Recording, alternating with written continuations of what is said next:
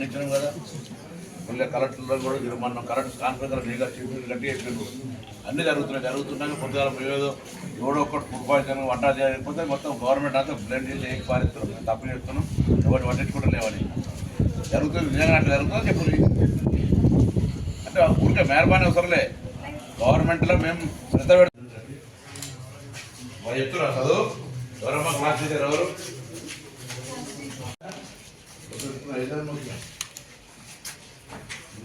దూరపోతుందా చెప్పేది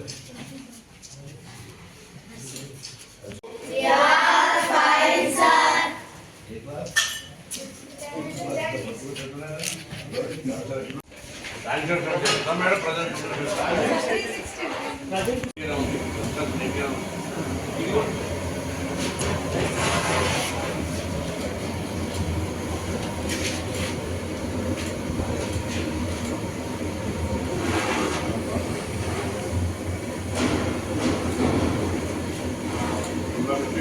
తెలంగాణ వ్యాప్తంగా ఉన్నటువంటి social welfare SC ST BC minority residential schools మరియు గురుకులాల్లో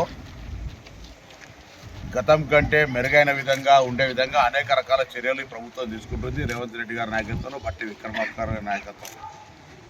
ఏదైనా ఎక్కడైనా ఇబ్బంది ఉంటే ఆ నేరుగా ప్రిన్సిపాల్లను కానీ అక్కడ ఉండబడేటువంటి అధికారులను ప్రభుత్వం దృష్టికి తెమ్మని చెప్పి కోరుతాను. జిల్లా కలెక్టర్ల దృష్టికి తెమ్మని విజ్ఞప్తి ఇంతకుముందు చేయడం జరిగింది.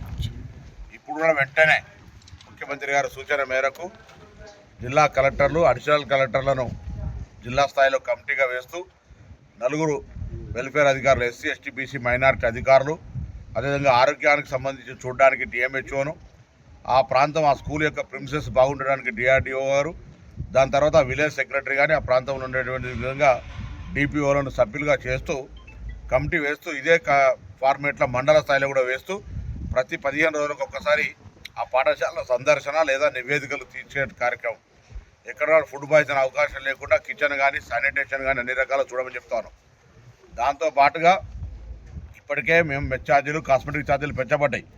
ఫుడ్ మెనూ అందరూ మార్చుకోవాల్సిందే. ఫుడ్ మెనూ మారినాక అవసరమైతే ఒక పేరెంట్స్ కమిటీ పెట్టి వాళ్ళ ముందు దీన్ని పెట్టి నేను పేరెంట్స్ని కూడా కోరుతా ఉన్నా, పిల్లలకు ధైర్యం ఇవ్వండి, ఎక్కడ కూడా ఆత్మస్థైర్యం కోల్పోవద్దు. సమస్యలు ఉంటే తల్లిదండ్రుల ద్వారా కూడా ప్రభుత్వం దృష్టికి తేవడానికి అవకాశం ఉంది. ప్రభుత్వం విద్యకు అన్ని రకాల ఎక్కడ కూడా ఎంత ఇబ్బంది ఉన్నా ఎటువంటి సమస్య రాకుండా చూసేటువంటి ప్రయత్నం చేస్తూ ఉంది. కాబట్టి దీని మీద కూడా రాజకీయం చేసే విధంగా 10 సంవత్సరాల అధికారం ఉన్న కిరాయిలు ఇవ్వలేక, మెస్ ఛార్జీలు ఇవ్వలేక, నిత్యం సరఫరా చేసిన ఫుడ్ సప్లయర్ కూడా పేమెంట్ లేని పరిస్థితుల నుంచి ఇవాళ వాటన్నింటినీ స్ట్రీమ్లైన్ చేస్తూ ఉన్నాం.